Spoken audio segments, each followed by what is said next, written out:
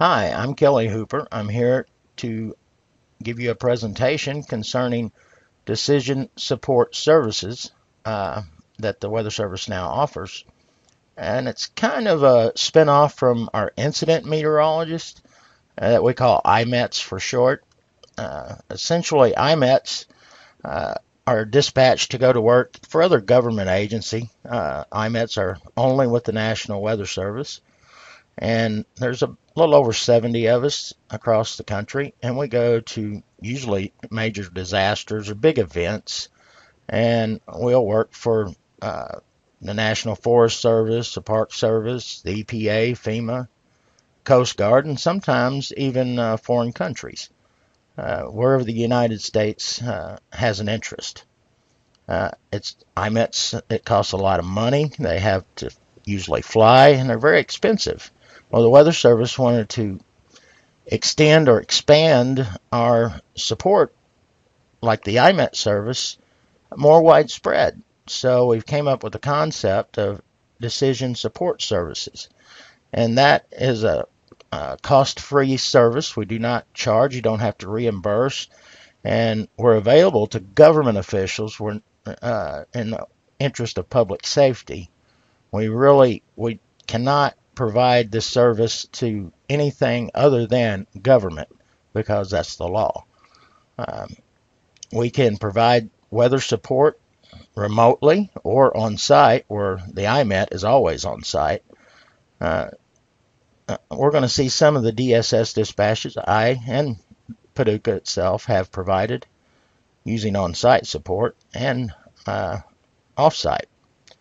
DSS can be a helpful tool with disaster recovery in addition to large gatherings such as concerts and festivals. Now again, I want to stress we can only do that for government agencies such as police departments, fire departments. We can't do it for a concert promoter or a chamber of commerce or something like that. But let's look at some of the types of decision support service the WFO Paducah has provided in the past and can provide in the future. One of the ways to do it, when we can't go on site, if the government official can go to our webpage, weather.gov/PAH, as you see at the top of the page, and over on the left-hand column in blue, you see Fire Weather. If you click on that, it will take you to this page.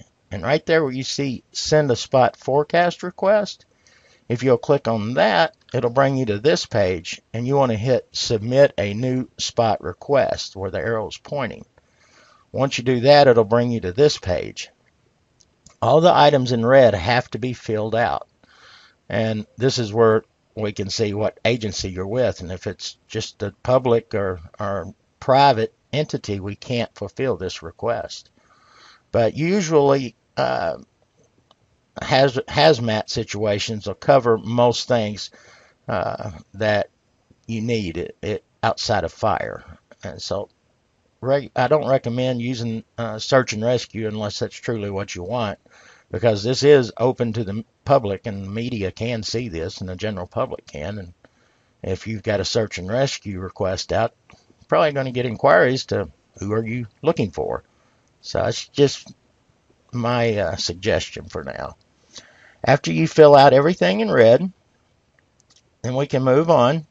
And at the bottom of the page, it says Submit Request. Click that button. And then it'll be a little time, but we'll work on your forecast you need. And as you can see, here's just a day I picked, obviously, February 27th. We had several spots out, and you can see them on the map delineated in red boxes. If the request is not complete, the red boxes are actually green. But soon as we complete it, we'll send it back, and you'll come back to this page, and whatever you named your spot request, you'll click on that, and it will give you the forecast. And it'll look something like this. At the top, there's a brief synopsis of the kind of things we might want to look at for today. This was for prescribed burn, so we're talking about things critical to burning. And then you see a plain text in the middle, starting with today. And right below the plain text, you see tabular format every hour with the temperature, humidity, the wind direction, speed, and different things that you may or may not need. That's one of your choices when you're filling out the things in red, what you want. But it gives you every hour what we expect the temperature to be and the humidity, etc. So it gives you a real detailed breakdown for whatever the event or recovery or disaster may be. But that's how we give you off-site support. That is one of the ways we can do it. There's always the telephone. Here's an example of on-site support. This is the Red River in Fargo, North Dakota. You can see that was quite extensive flooding. The Red River's quite small. It's not much different than the Clark River, maybe a little bit bigger, but not much. But you can see it's tens of miles across when it floods. Here you see this is Interstate 29 headed through North Dakota, right through the Fargo-Moorhead area. And actually, you can get a better idea of how widespread the flooding is. And when I first got there, I saw that we were going to get winds up around 45 miles an hour. And when I briefed the emergency operations center on that, they kind of chuckled and said it blows 45 miles an hour up here all the time. And my reply was, yeah, I know, but you usually don't have a 10-mile wide fetch of water. It's usually a very narrow river. And I've been through this town and I've seen nothing larger than a John boat. And when you get 10-mile wide fetch of water like that and put 45 mile an hour winds on it, you're going to see 2 to 3 foot swells easily, if not larger. And sure enough, overnight, we had 2 people drown in a John boat as it was swamped. They were coon hunters, but they weren't accustomed to that wide of water and didn't realize what the wind would do. And see, that's not a forecast. That's just information. Information is powerful. So disaster support's not just a forecast. It's experience looking out for the things that could go wrong. After you've done this for so many years, some of these things stand out like a red flag to you. No pun intended. Here's where we were, where they operated the Birds Point levee to relieve some of the flooding. And this is a chart over on the right. It shows average hourly discharge. That's 185,000 at the top. That's showing how many cubic feet per second that they're going to release from that from Kentucky Dam each hour. It shows how much they have released. I'm sorry, it's not a forecast, it's observed. And one of the concerns in local EOCs around here in western Kentucky was if you looked at that dam, it looked like it was just wide open, but it wasn't.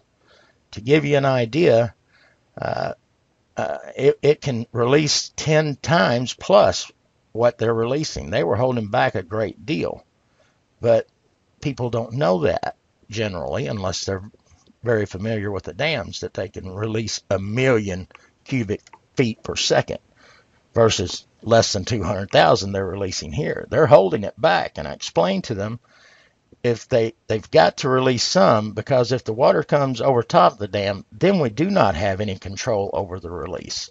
So they were holding back a great deal.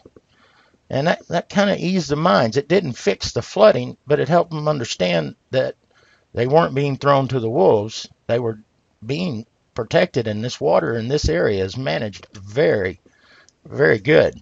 And here is a map of the flows of the different rivers at peak flow. You can Tennessee River, that's coming from the Kentucky Dam, and you can see it's almost 500,000 cubic feet per second. The Ohio, you're looking at 2 million, and then it teams up with the Mississippi at 240,000.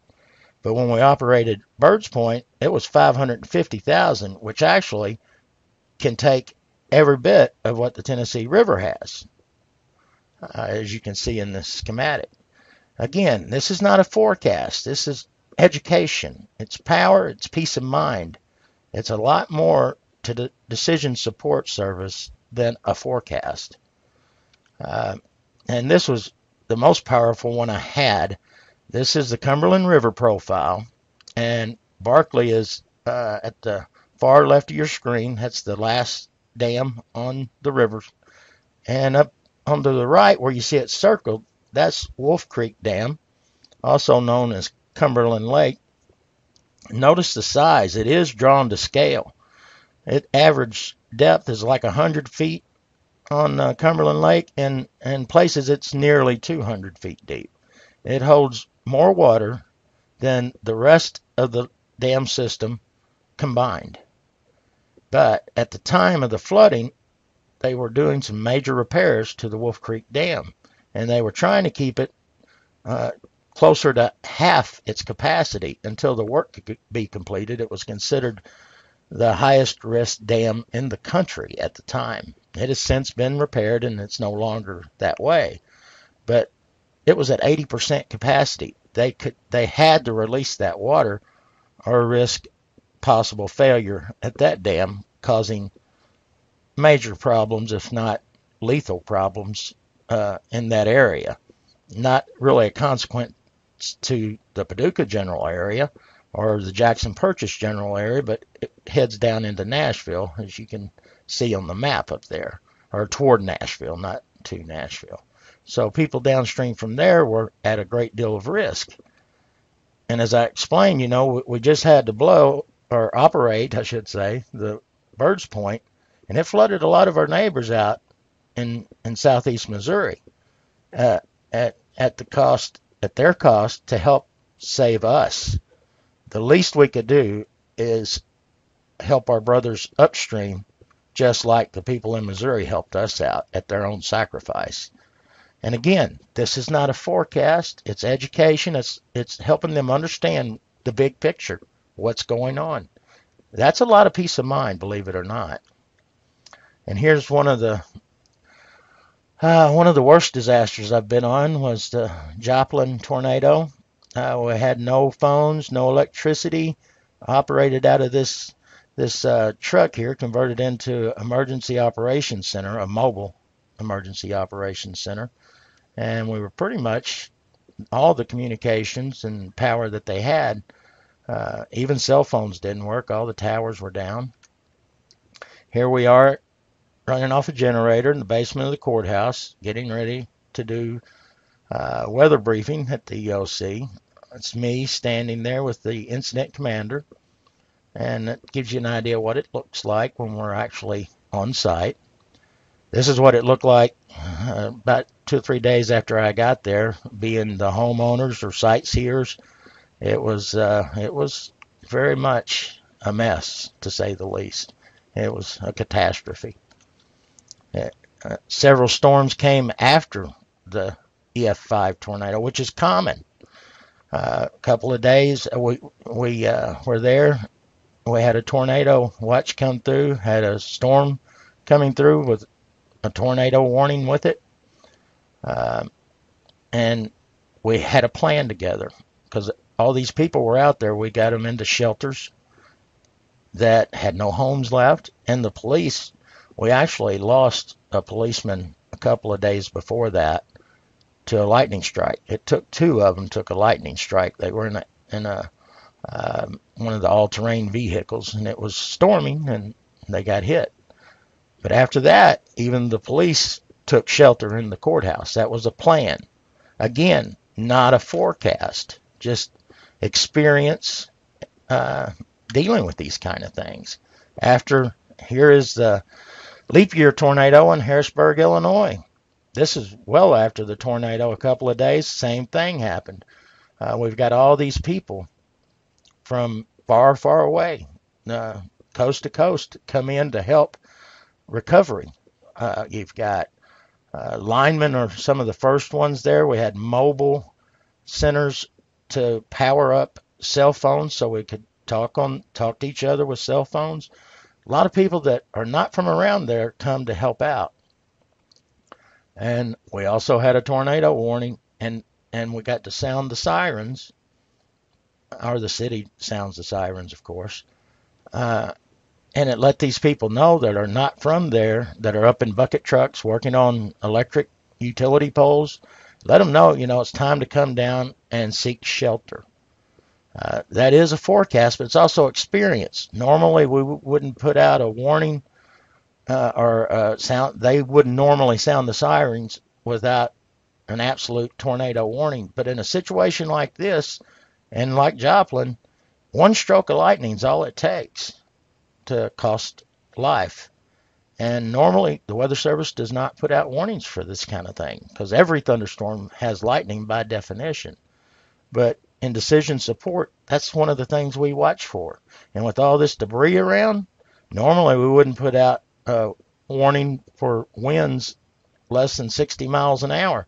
But with all this debris, 40-mile-an-hour wind will cause this debris to fly, and then you've got injuries again. Here's where a home was, and one of the 8 fatalities from that was located in this home, at least one. Now, after speaking on that, one of the things that always amazes me is how fast utility workers come together and get the power back on, and total chaos. It's a brotherhood, and it really impresses me, and everybody seems to always be upset, including me, when electricity's off. But you've got to realize the utter disaster that they're putting back together in miraculous time. It really amazes me. And here's a short clip from the ice storm we had a few years back from, I believe it was North Carolina, electrical workers getting ready to come. Does everybody know where you're going? Go up near Paducah, Kentucky, called Jackson Purchase. My name is Jim Long. Pray with me. I'm with Lawrence Electric Cooperative. Thank you for this wonderful group of folks who are willing to leave home to go up north and help these folks who are so desperately in need of our help at this time. We're going to help fellow cooperative members and workers in the state of Kentucky. Dear God, I ask you to be with each and every one of them.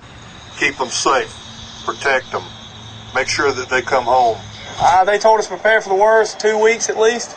And God, I ask for a special prayer on their families. I had to get up this morning and say goodbye to my wife, and it stinks to leave her there alone for as long as I'm gone, but this is what I signed up to do when I came to work with the cooperative. You go help your brother. I ask for safe travel for this group. It makes me feel great. That's why you leave your family. Protect them. And the comforts of here. Guide them. An 8-hour day here at home to go and get people's power back on. And keep them in your sight. Because, they didn't ask for the ice storm, but, they need power. I mean, everybody's got to have power to survive. It's something we take for granted. And it's hard to leave, but, you're doing the right thing, and that's what matters.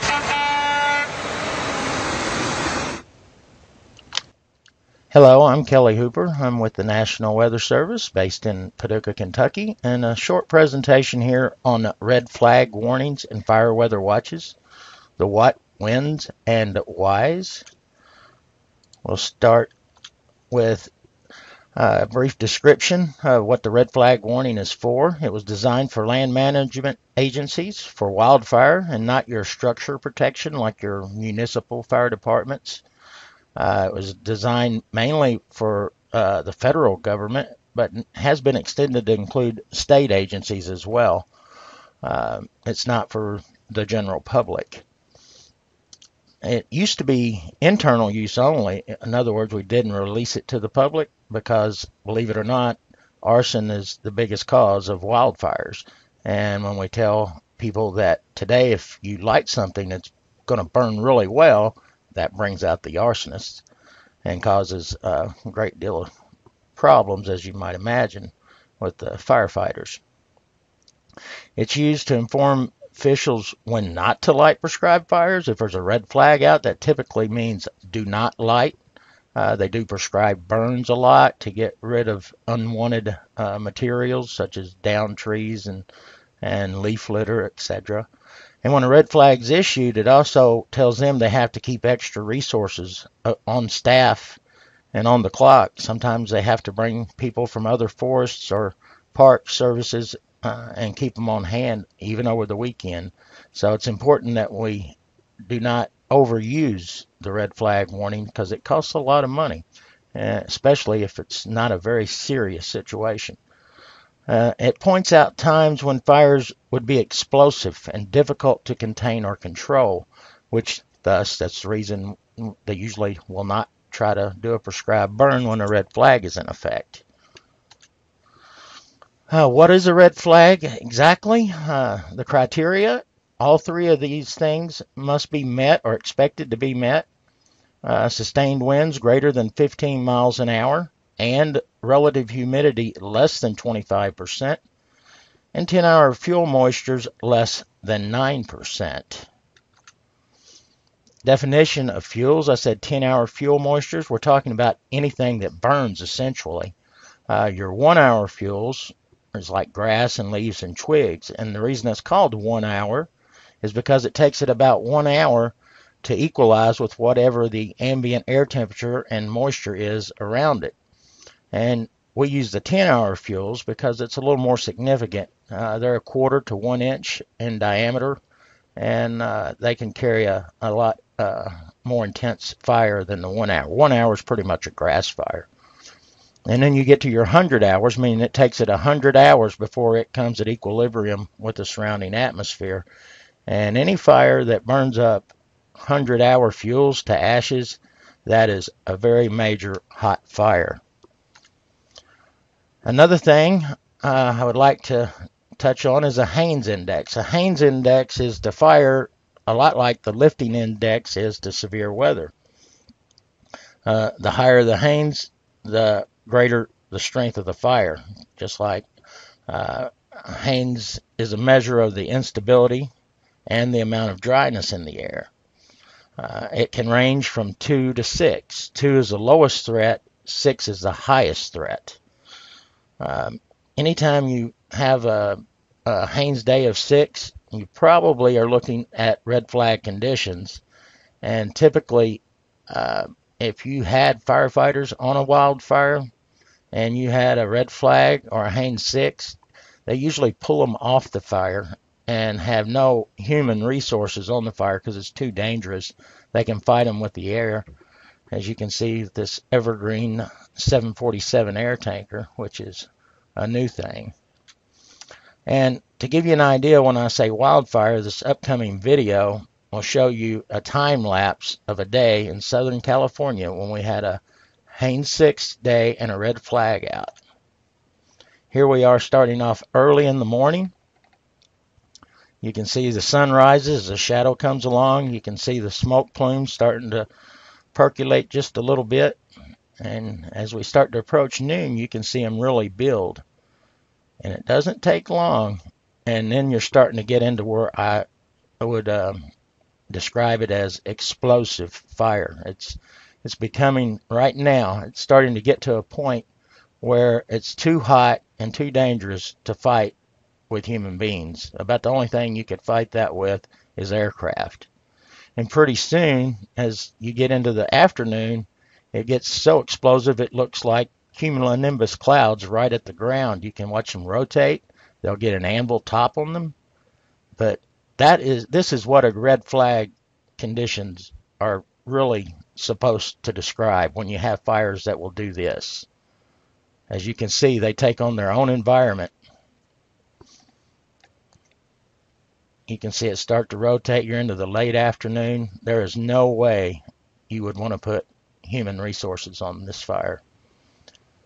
But that is pretty much how it goes.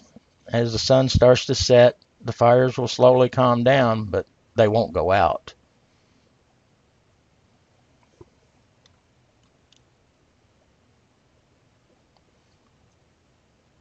And that's it for the red flag presentation.